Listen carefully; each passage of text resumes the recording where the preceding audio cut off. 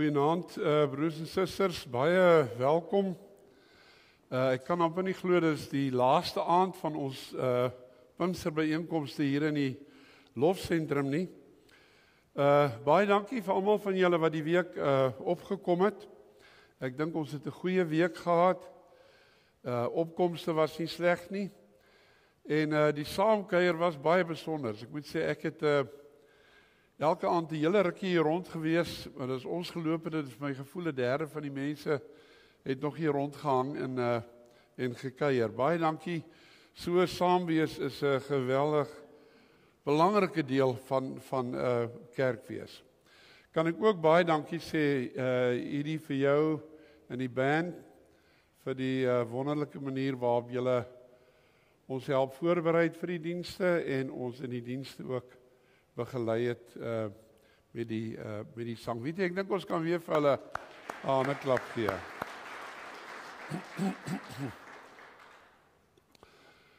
Ons is vanaand nou by die laaste aand hier in die sentrum.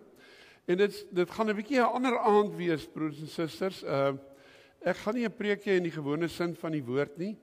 Ek dink ons het 'n klompie goed verduidelik tot hiertoe. Vanaand wil ons hê julle moet saam met ons dink. Die boodskap hierdie week was die Here stuur ons uit. En ek dink ons weet ons moet dit doen. Die groot vraag is nou, hoe gaan ons dit doen? En wat ek vanaand gaan doen, dis nogal 'n hele storie. Baie kerke oor die wêreld heen vra hierdie vraag, praat gereeld daaroor en het gedagtes oor en dit goed gedoen. So daar is nie een goue manier wat werk nie. Wat ek vanaand gaan doen, is om vir julle te vertel van 'n klompie benaderings wat verskillende kerke op verskillende plekke gebruik of voel hulle is deur die Here gelei om dit te doen. Ons hoef dit nie presies so te doen nie, een van daai maniere nie. Ons kan leer van hulle, maar die gedagte vanaand, as ek klaar nou gepraat het, gaan ons 'n bietjie in groepe deel. Julle kan agter by die tafels gaan sit en ons gaan so 10 minute vat. En ek het 4 vrae geformuleer wat ek wil hê julle moet oorgesels. Ek sê dit so lank dat julle kan dink daaroor. Eerste net om te sê, wat het jy die Pinkster gehoor in die algemeen? Wat gaan jou bybly? Die tweede ene, wat het die Here vir jou persoonlik gesê oor goed rondom getuienis en uitreik, waaraan jy dink jy moet aandag gee? Die derde ene, die Here werk met ons individueel, maar die Here werk ook met ons as gemeente. Baie van die goed wat ek gaan sê, het te doen met die gemeente. En die derde vraag is, het julle iets gehoor hier, of is daar goed wat julle dink, ons as gemeente, vir julle voel hierdie plan of daai plan, dink julle gaan vir ons kan werk dalk, hier in Gordons Bay.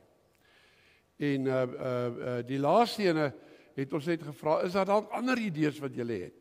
Dalk kom hier nog 'n nuwe idee op uit die gemeente uit oor hoe of wat ons kan doen om mense buite te bereik. So dit is hoe vanaand gaan loop. Maar voor die tyd, kom ons word stil voor die Here. Ek wil die teks gebruik, broers en susters, wat 2 jaar terug vir die luisterspan gegee is ook, Johannes 1, waar gepraat word van Jesus wat as die lig na die wêreld toe gekom het. En behalwe dat Jesus gekom het, staan daar, God het ook 'n man geroep, Johannes. Hy het ook 'n rol gehad om te speel.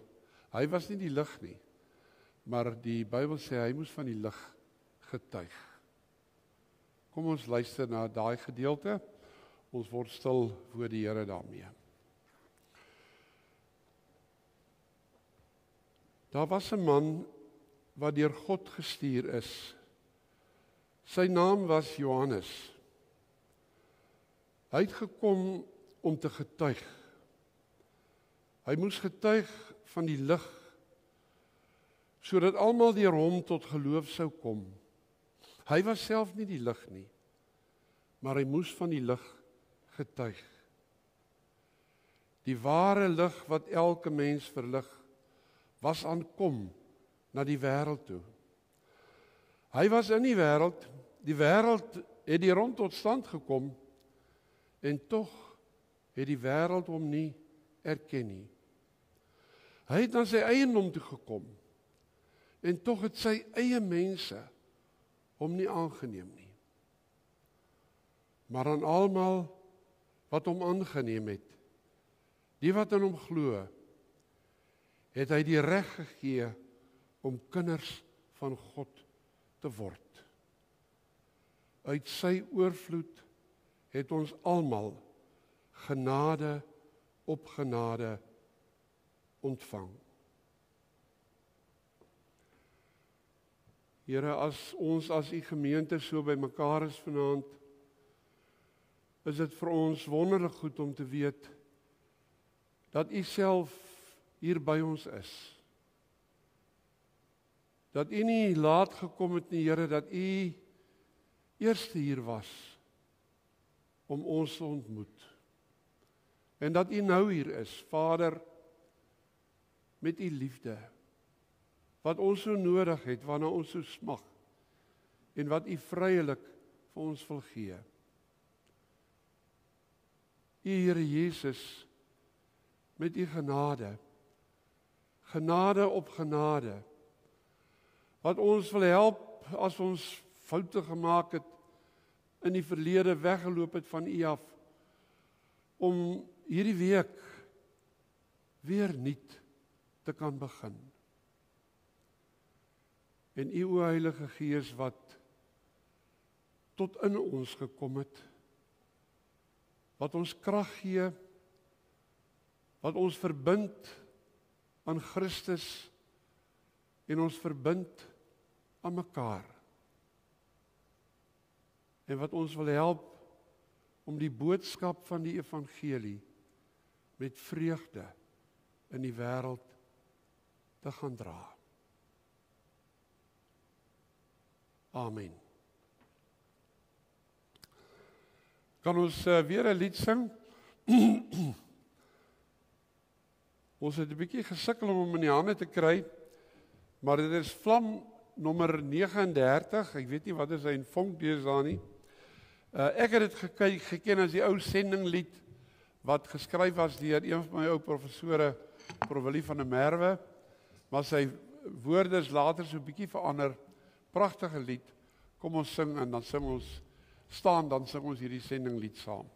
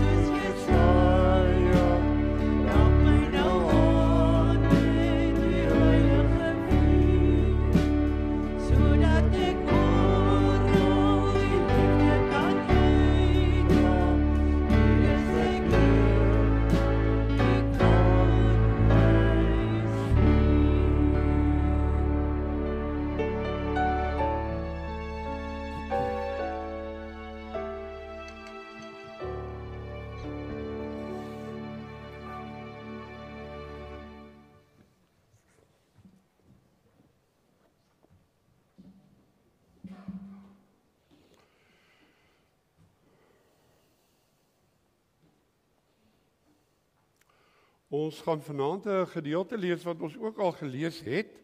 Ek dink Melissa het dit Dinsdag aand gelees. Dis so eintlik 2 gedeeltes wat praat oor die gemeente in Antiochië. Ek lees dit sommer net om vir u gevoel te gee. Dis 'n 12-15 verse, maar u sal hoor hoe dinamies die goed in daai gemeente was. Dit is ook 'n gemeente wat soort van nie beplan was nie. Dit was deur Christene wat gevlug het vir vermarteling en vervolging, wat daar in Antiochië aangekom het in 'n gemeente is begin, en hoe stap na stap die Here die klomp verras met goed wat hy doen. En is so belangrik vir ons om te weet, ek dink dis die boodskap van hierdie week. Onthou, dis Pinkster. Dis nie net u en ek nie, broers en susters. Die Here is ook teenwoordig in die gemeente. En hy het 'n plan vir ons. En ons moet net luister. Ons moet luister. Dan sal die Here ons lei op sy pad. Maar kom ons luister so na 'n paar goedjies oor die gemeente in Antiochië. Deur die vervolging wat na Stefanus se dood ontstaan het, is die gelowiges uitmekaar gejaag. Party van hulle het na Fenisië, Siprus en Antiochië toe gegaan, maar hulle het die woord aan niemand anders as net aan Jode verkondig nie. Hulle het nog altyd gedink Jesus het vir die Jode gekom. Hier kom die eerste verrassing. Onder die vlugtelinge was daar sekere mense wat van Siprus en Sirene afkomstig was, en in Antiochië gekom, en daar ook aan die Griekssprekendes die evangelie dat Jesus die Here is, verkondig het. Baie van die mense, julle sal agterkom, ons het dit nou nie gelees nie, maar Handelinge 10 en 11, stuur die Here vir Simon, vir Petrus, na Kornelius toe. Maar Kornelius is nie 'n Jood nie. Dan wil Petrus nie gaan nie. Dan sê Here, ek vat nie aan daai mense nie. Ek wil, dis nie u mense nie. En dan oortuig die Here hom. Dis 'n ongelooflike mooi storie. Die evangelie is nie net vir julle Jode bedoel nie. Dit is bedoel vir alle mense. Hier kom die boodskap deur na die gemeente in Antiochië. Evangelie aan die Grieksprekendes verkondig, en die Here het die gelowiges gehelp sodat daar baie mense tot geloof gekom en hulle tot die Here bekeer het. Die berig hieroor het die gemeente in Jerusalem bereik, en hulle het vir Barnabas na Antiochië toe gestuur. Toe hy daar kom, was hy bly om te sien hoe God in sy genade onder hulle gewerk het. En hy het hulle almal aangespoor om met hart en siel aan die Here getrou te bly. Barnabas was 'n goeie man, interessant, vol van die Heilige Gees en met 'n vaste geloof.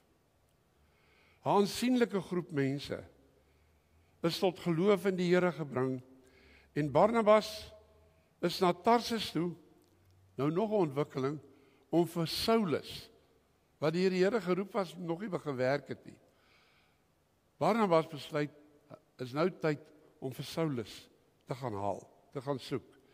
Toe hy hom kry, het hy hom na Antiochië toe gebring, en hulle twee het 'n hele jaar lank saam in die gemeente gewerk en baie mense onderrig. Hier kom jy nou agter, mense moet nie net tot bekering kom nie, die mense wat tot bekering gekom het, moet onderrig word in die woord en in die dinge van die Here, en hulle doen dit. En dan die vers wat ons nou die aand toe gehoor het, aan Antiochië is gelowiges die eerste keer Christene genoem. Maar dan nou in Antiochië, of liewer in Handelinge 13, gaan die storie eentjie verder.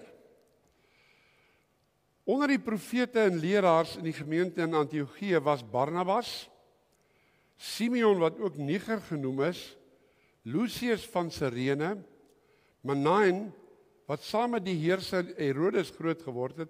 Ek het gewonder wat die hele storie daar was. En dan Saulus. Luister nou hier. Barnabas het vir Saulus gaan haal om in Antiochië te werk. Maar wat gebeur hier nou?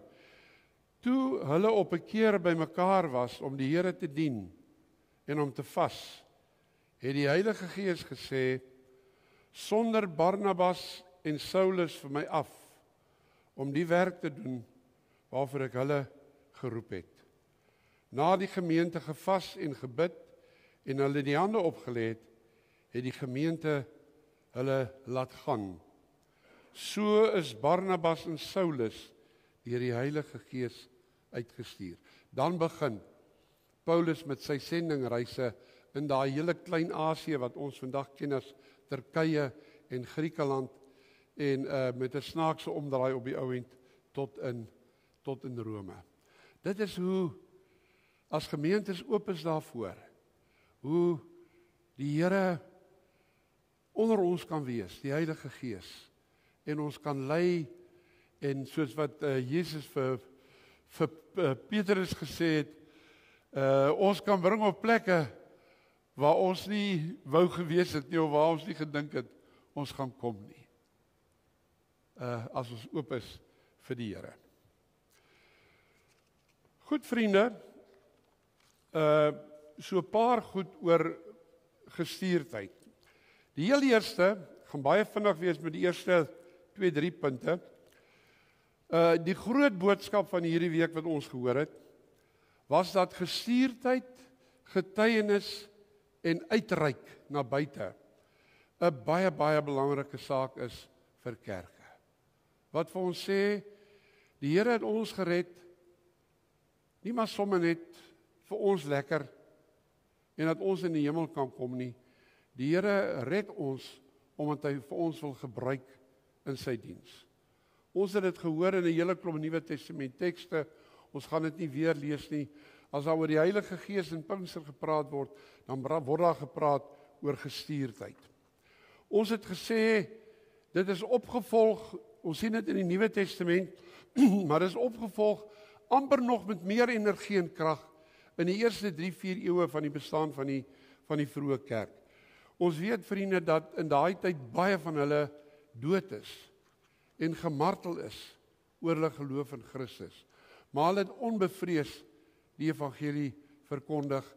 En na 4 eeue was die Christelike kerk sterk gevestig in Europa. Ook in die jare daarna het hierdie uitgestuurdheid en die getuienis van die Christene aangehou.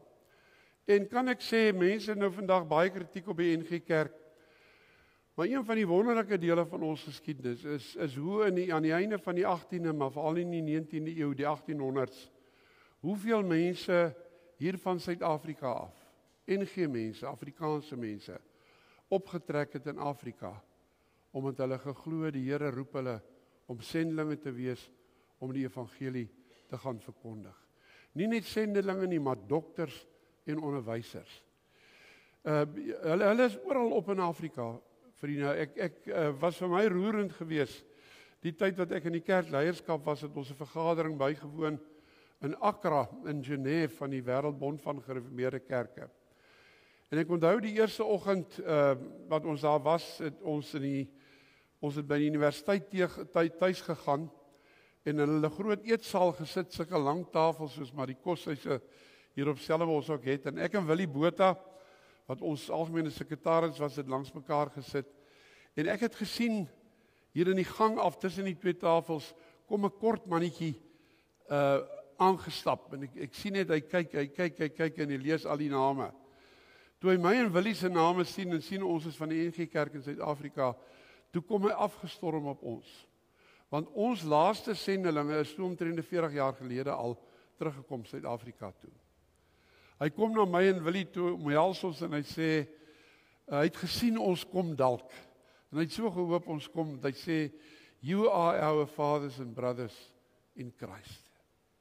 En ek onthou hulle vroue verteenwoordiger, daar by die synode, het in een teetyd vir my gevra, of ek kan nou nie die van onthou nie, maar of ek 'n juffrou De Tooy ken. Sy was 'n onderwyseres gewees, daar in die Tief by hulle. En toe word sy so oomblik stil, toe sê sy, she taught me about Jesus. Ja, net wonderlik broers en susters, dat Afrikaanse mense, ons mense, deel was ook van hierdie wonderlike proses. En kan ek maar sê, Op die oomblik is ons weer in 'n tyd waar ons oë oop gaan hiervoor. Julle sou al gehoor het, ons het die laaste tyd dalk minder daaroor gepraat, maar van missionale kerke en missionale bewegings, dit is 'n groot ding in die NG Kerk, dat ons bewus geword het die laaste tyd. Ons het te veel ons geld en ons energie net op onsself spandeer. En ons het te min gekyk na die mense rondom ons, in die omgewings, die mense wat naby aan ons is, om uit te reik na hulle toe. Baie, baie belangrike ding. Die tweede punt wat ek gou julle aandag op wil vestig, is 'n baie, baie interessante ding waarvan ons moet kennis neem. Ek wonder of julle dit al agtergekom het. Die Ou Testament en die Nuwe Testament praat nogal 'n bietjie verskillend oor sending. Ek wonder of julle weet dat in die Ou Testament, ons het nou in die Nuwe Testament, het ons 'n sending opdrag om uit te kom. In die Ou Testament of uit te gaan. In die Ou Testament is daar nie 'n opdrag vir die volk gewees om die wêreld in te gaan en die evangelie te verkondig nie. Die Here se plan in die Ou Testament, dit sien ons op meer plekke, was dat Israel so anders sou leef. So wonderlik sou wees, dat al die volke van die wêreld van hulle sou hoor. Daar's sulke tekste in die profete wat sê, en dat die mense van alle volke na Jerusalem sal stroom, om te kyk wat hier gebeur. Die Here se hoop daar was, sal nie nodig wees dat julle uitgaan nie. Ek wil hê julle moet so leef, dat almal weet van julle, en wil kom hoor, wat is die geheim van julle lewens. Onthou julle die mooi teks van Sagaria 8 wat sê, daai tyd het hulle van gedroom, sal 10 mense uit al die nasies kom, na Jerusalem toe, en hulle sal die slip van 'n Joodse man kom aangryp en sê, ons wil saam met julle gaan, want ons het gehoor en gesien, dat God by julle was. Dis die Ou Testament. Dit het toe nie gebeur nie. Israel het die Here teleurgestel, omdat hulle maar net soos die ander mense geleef het, in daai tyd. Niks anders nie. Niks regtig anders nie. Daarom, as die Nuwe Testament begin en die Messias kom, is hier 'n nuwe ding wat gebeur. Ek gaan nou terugkom daarna toe, ons moet nog steeds anders leef, maar hier kom 'n storie nou by, dat die Here sê, julle kan nie nou sit en wag dat hulle na julle toe kom nie. Ek stuur julle nou na hulle toe.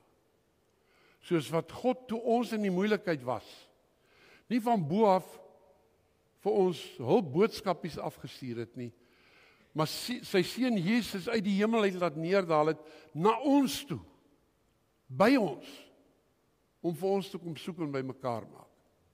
So sê die Here, wil ek hê, dat julle ook uit die gemeente uit sal gaan, plekke sal ingaan, en gaan soek na hierdie kinders van my, wat weggeloop het, en wat nie by die huis is nie.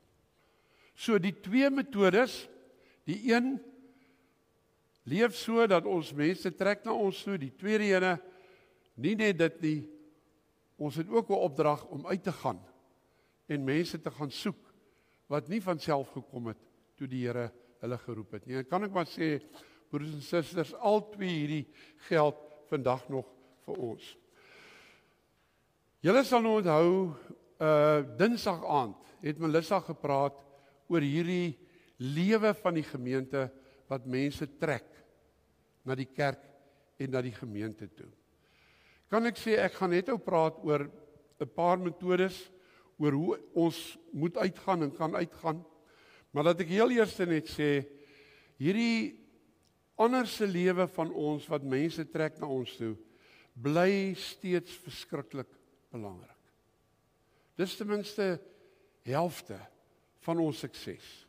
Ons moet daaraan aandag gee, want as ons dit nie het nie, is hierdie ander goed wat ons wil doen, gaan dit ook nie werk nie.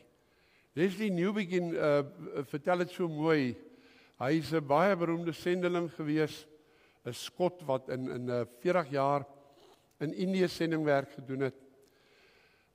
Ure omgesit, sê hy, met Hindoes, dat jy so met jou bene gekruis sit, hier en die Hindoes sit voor jou, en baie mooi, hy sê, as jy die reg wil hê, om vir daai Hindoe van jou geloof in Christus te vertel, dan moet jy ook eers luister wat hy vir jou wil vertel oor sy geloof. Dis respek teenoor mense. En hy het ure daarvan gedoen in Indië. Maar hy het altyd gesê, jy's verskriklik gelukkig. Is nie so maklik om die evangelie vir mense te verduidelik, dat hulle regtig verstaan hoe wonderlik is hy. En dan skryf hy op meer plekke, hy sê, jy's 'n gelukkige mens, as jy na daai 2 ure wat jy dit vir die persoon verduidelik het, vir daai persoon kan sê, maar ek het nog 'n beter plan. Kom saam met my na 'n plek toe, waar ek jou gaan wys, daar's mense wat hierdie goed glo, en dat jy kan sien hoe anders lyk hulle lewe. Sodat hy sê, die beste verduideliking van die evangelie is nie om dit vir mense te vertel nie, is eintlik om 'n gemeente te hê, wat die liefde van Christus so leef, dat jy mense soontoe kan vat, en hulle net agterkom, ja, hierdie plek, hierdie mense, is anders. So, ons moet werk daaraan, dat ons, dis die woorde wat ons gebruik het, dat ons 'n oop, vriendelike, uitnodigende gemeente is. So maklik vir Christene, daar's ouens wat boeke geskryf het en gesê het, baie kerke is dit asof hulle mure rondom hulle het. Vreemdelinge sal by 'n kafee instap of by 'n restaurant instap wat hulle nog nooit was nie. By snaakse plekke. Maar daar's 'n groot klomp van hulle wat nooit sal oorweeg om by 'n gemeente in te stap sommer nie. En dis die ding wat ons moet deurbreek. Ons moet ons gemeentes oop kry. Vriendelik kry. Het iemand gesê, sê dit daar, aan die binnekant, ek dink dis die belangrikste, dat die mense wat hulle daar ontmoet vriendelik en liefdevol is. Maar was my interessante een, vriende, dat hulle gesê het, ons moet ook dink wat ons aan die buitekant van die kerk kan doen. Om dalk mense nader te bring. Want mense wat in die straat verbyloop, kan nie sien wat binne aangaan nie. So hulle sê, ons moet dink aan die buitekant van die gemeente. Ons moet kyk, is daar borde voor die kerk, wat vriendelik vertel, wat hier binnekant aangaan. Wonderlike ding by ons, hulle praat ook van die ingangsportaal. Is daar mense wat jou verwelkom daar, of is dit 'n donker houthoek, waar jy instap in die kerk, en dis dan een ding wat die Here ons gegee het. Ek dink ons het wonderlike mense, wat ons vriendelik groet, as ons Sondag kerk toe kom. Maar ons moet 'n bietjie dink oor wat ons kan doen, om mense te oortuig, dat ons gemeente 'n vriendelike, oop gemeente is, wat graag ander mense by ons wil hê. Goed vriende, nou wil ek vinnig praat oor 'n paar metodes. Hierdie goed moet ons in elk geval doen. Maar daar's 'n paar metodes wat ons nou sien by baie verskillende kerke, wat hulle doen op die vlak van evangelisasie. As ons dalk daar die volgende skyfie kan kry. Ek praat daar van 6 metodes en ek gaan vinnig deur hulle hardloop. Ek dink meeste van hulle sou u al van gehoor het. Die eerste ene, sê ek sommer net, is die tradisionele een. Ek sal ook so amper sê die een waarmee ek groot geword het. Ek onthou in my kleintyd as skooltyd, as 'n gemeente nou gevoel het hulle moet 'n bietjie evangelisasie doen en praat met mense oor bekering, dan het hulle 'n evangelisasie reeks gereël en 'n spreker gekry, gewoonlik 'n ou wat ernstig en opgewonde kon praat, en hy het vir 'n week lank 'n reeks dienste kom hou. En mense het gekom en daar wonderlike goed gebeur by van daai dienste. Ek is die Here dankbaar daarvoor. Maar kom ek sê meestal, dis die ironie as ons nou terugkyk daarna toe, was dit gemeentelede wat gekom het. Die grootste wins was dalk, is gemeentelede wat nie gewoonlik kerk toe gekom het nie, wat nou vir daai spesiale geleentheid gekom het, en ek dink van hulle het daar dalk 'n kommitment aan die Here gemaak. So daai sou nou met 'n plek, maar ek dink nie dit was 'n suksesvolle manier om mense van buite die kerk, wat glad nie kerk toe kom nie, op daai manier in te lok nie. Die tweede ene wat ons later gehad het ook, ek dink ons eie gemeente het ook 'n proses daarmee gehad, is persoonlike evangelisasie, dat jy maar aan mense se deure gaan klop en met hulle praat oor die Here. EE3 was so 'n metode wat baie lank gebruik is, ek dink ook hier by ons in die gemeente gebruik is. Kan ek spring na 'n tweede ene? Dit is so 20 jaar terug, het al hoe meer mense gesê, ons moet oppas om die goed so te organiseer. Evangelisasie of getuienis is amper goed wat meer in die gewone loop van ons lewe moet gebeur. En toe het mense 'n woord begin gebruik en gepraat van vriendskaps-evangelisasie. En dit is dat 'n mens in die gewone loop van ons lewe, is nie iets spesiaal wat jy gaan doen nie, maar in die gewone loop van ons lewe, net by 'n punt kom, vriende, dat ons oper praat oor ons geloof in die Here. Ek ken nog al 'n paar mense, kom ek sê, ek ken eers wonderlike Christene, wat ek weet hulle het 'n ryk geestelike lewe, maar hulle praat nooit daaroor nie. Ek weet nie hoekom nie. Selfs teenoor ander Christene, hulle sal ander goed praat, maar hulle sal nie oor hulle geloofsgoed, soms so oor 'n koppie tee praat nie. En dan ken ek mense wat dit doen, op wonderlike maniere, want jy moet oppas om dit nie prekerig te doen nie. Ek wil 'n getuienis is nie 'n preek nie. 'n Getuienis is 'n sinnetjie of 2, 3. En kan ek sê, ek het al meer kere dit gekry by mense, dat ek agterkom as jy nou sê, ons moet in ons gesprekke daaroor praat, dat mense dink, ek moet mense vertel van my suksesse. So, as daar nou 'n wonderlike ding met my gebeur het, waar die Here my gehelp het, dan is dit iets om vir mense te vertel. Ek wil nou vir julle sê, oppas om julle suksesse met mense te deel. Nou vir julle snaakse ding sê, die Here dink ek kry meer reg as ons van 'n eerlike mislukking of 'n eerlike gesukkel met 'n probleem vertel en sê hierdie ding is besig om my onder te kry, maar ek vat dit na die Here toe en ek hoop regtig die Here kan my help. Dis die soort getuienis, vriende, wat mense met ander oë na jou laat kyk en wat mense laat dink, ernstig dink oor die Christelike geloof. Ek dink dit vra van ons, daai benadering, vra van ons twee goed, dat ons oë oop sal wees om geleenthede raak te sien. Ek kan nou vir julle sê, my eie lewe, daar was tye wat ek te min gedink het.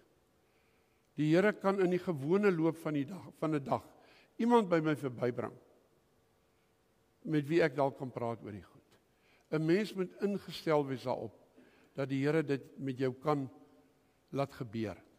En partykeer is dit 'n klein sinnetjie wat die persoon sê, wat jou net daai openingkie gee om te vra daaroor. En die gesprek verder te voer.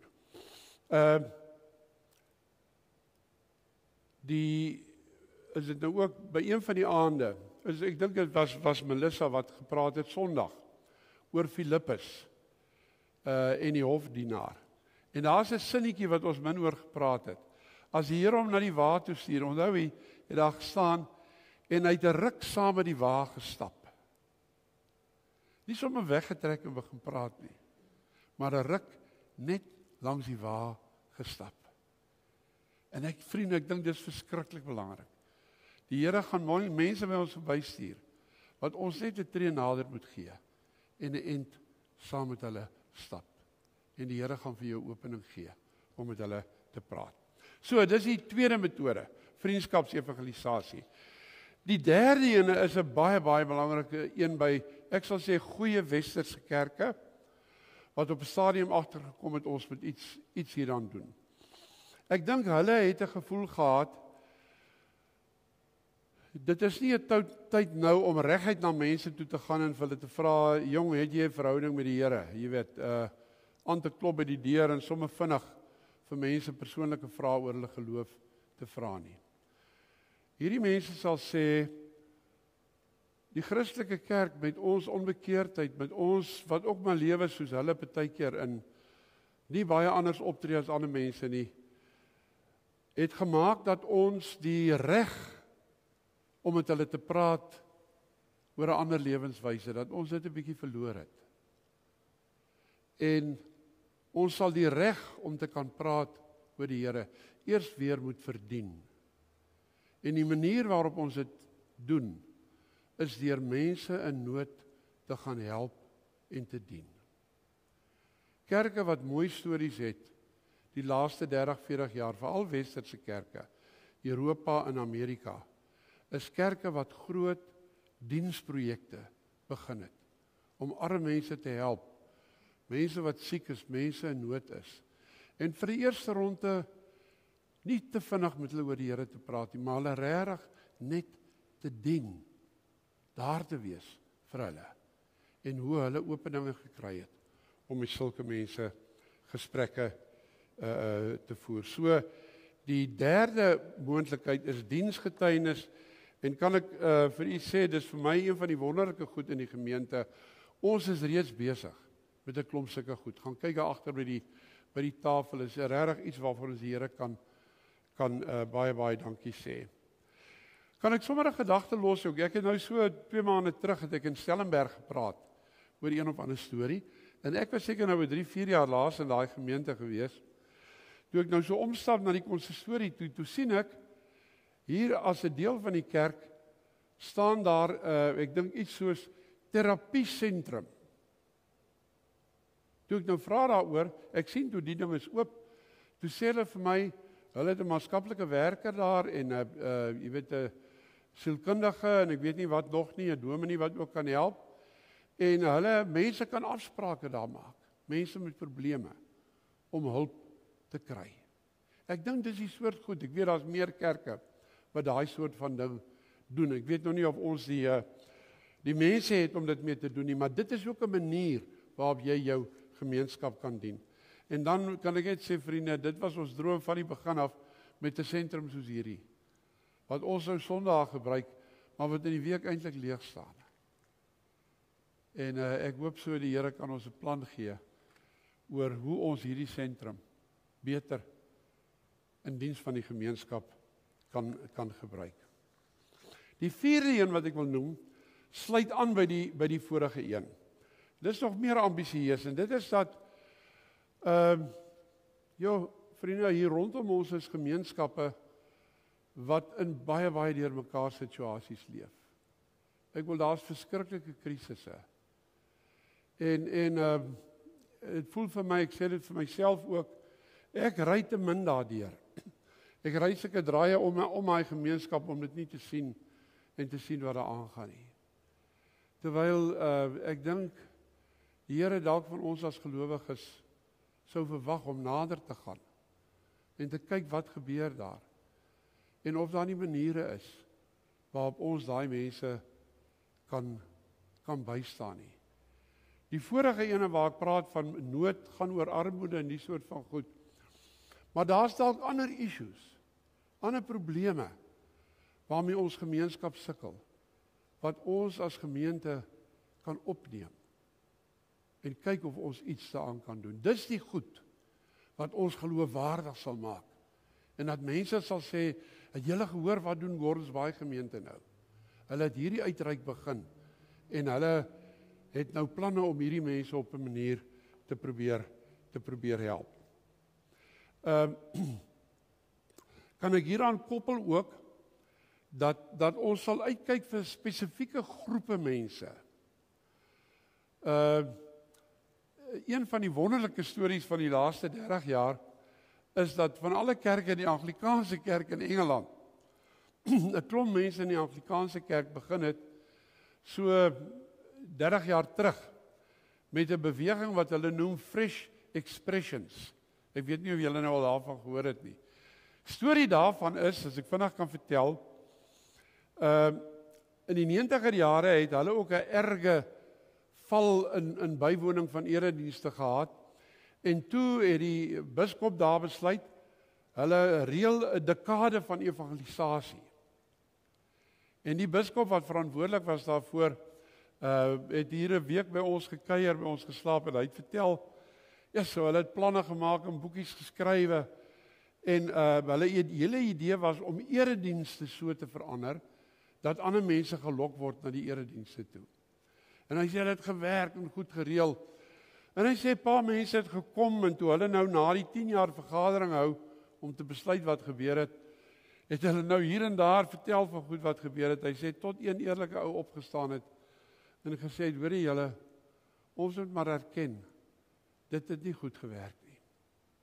Dit het nie die vrug gelewer wat ons gehoop het, dit gaan lewer nie. En hy sê, toe sê die ou, wat ek eintlik net ook gesê het, het lyk my, as hulle nie na ons toe wil kom nie, na die goed wat ons reël nie, sal ons maar soos Jesus moet maak en na hulle toe gaan.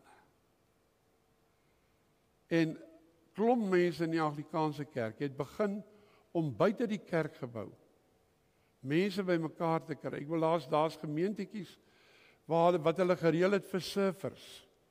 Jy weet nou hier by ons in Suid-Afrika is gemeentes vir bikers. Een ou het vertel sy gemeente het begin in 'n woonstelgebou wat hy vir ouens gesê het, hy hou van chocoladekoek eet en van bier drink. Is daar nog mense, hy gaan 'n groep vorm wat een keer 'n week by mekaar kom daarvoor. En na 6 maande, hele klomp mense gekry. Na 6 maande het hy vir hulle gesê, "Wie julle, ek gaan begin met 'n Bybelstudiegroep." En 3/4 van daai mense het Bybelstudiegroep toe gekom op die ou end. Spesifieke groepe wat ons moet weet, al probeer ons wat hier, hulle gaan waarskynlik nie hiernatoe kom nie. As ons hulle nie gaan soek nie, gaan hulle nie die evangelie by ons kom soek nie. Ek maak klaar.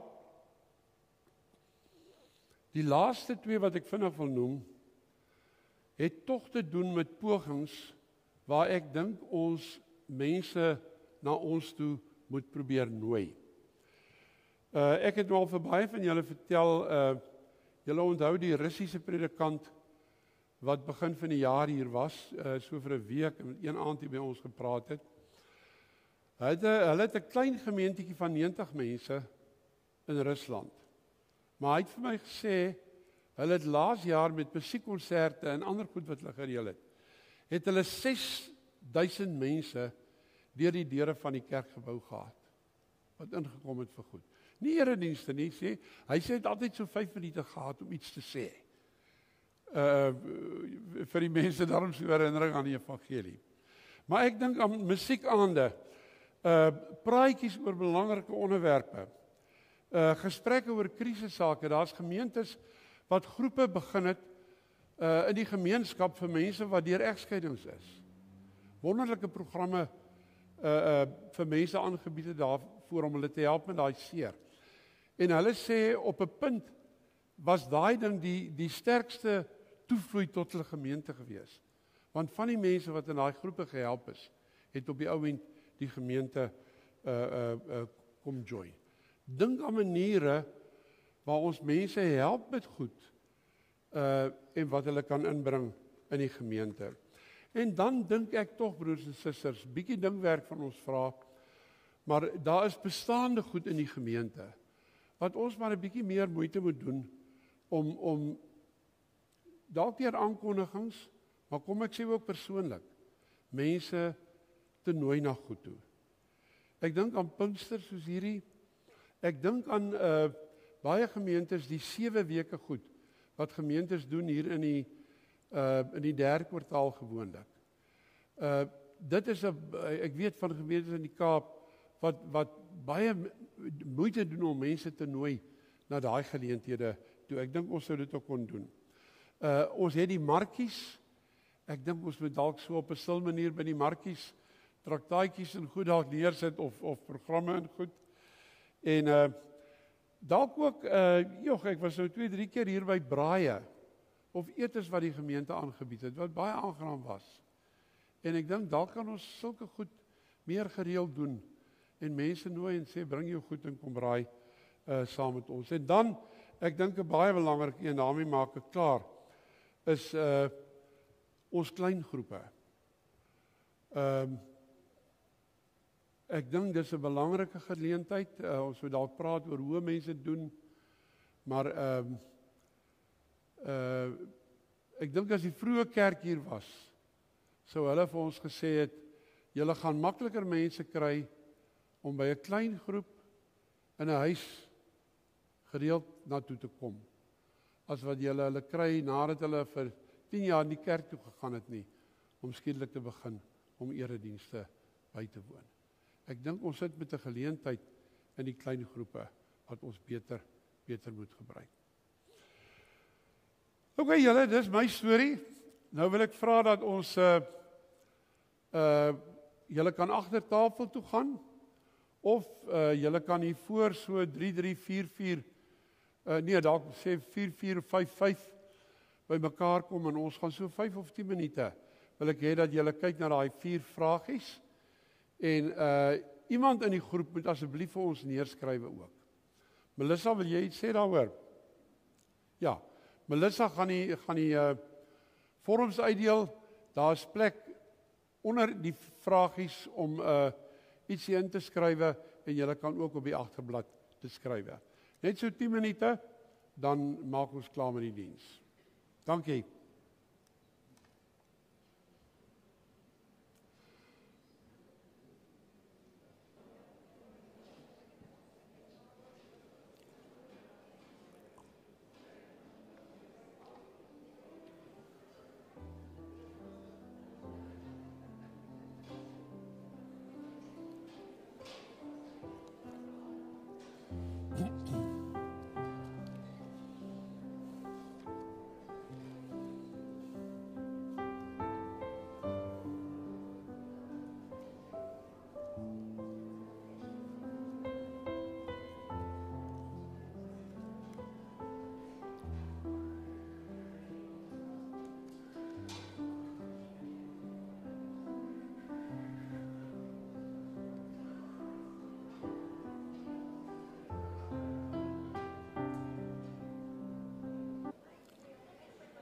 Sjoe, ek voel sleg om julle te stop. Lyk of julle lekker gesels in die groepe. Maar ek dink ons moet klaarmaak.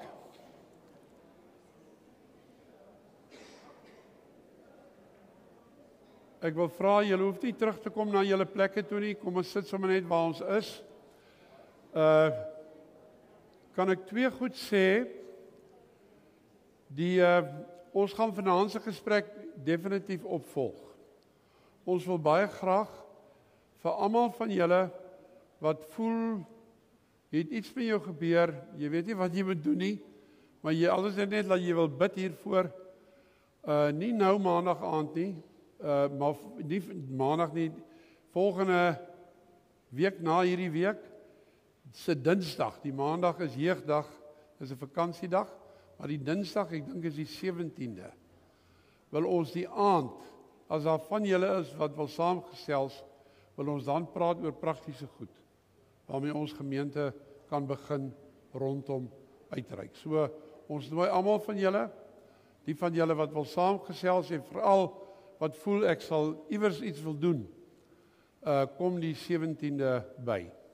Dan weet julle ook, die regte afsluiting van Pinkster is eintlik Sondag, en by al 2 dienste gaan ons praat oor, ek dink 'n belangrike vraag, vriende. Ek het nou vir Melissa gesê, ek dink hier's meer mense wat hier sit en wat weet, ek moet iets doen. Eintlik ek wil ook iets doen, maar ek weet nie of ek sal kan nie. En oor daai onsekerheid oor kan, wil ons Sondag praat. Dit is hoekom Jesus van die begin af gesê het, hy die Heilige Gees vir ons gee. Die Heilige Gees kom ons te hulp, sê Paulus, in ons swakheid. En dis nie net 'n storie nie. Ons wil Sondag praat oor hoe die Heilige Gees ons in ons swakheid te hulp kom hiermee. Goed, kan ons sing?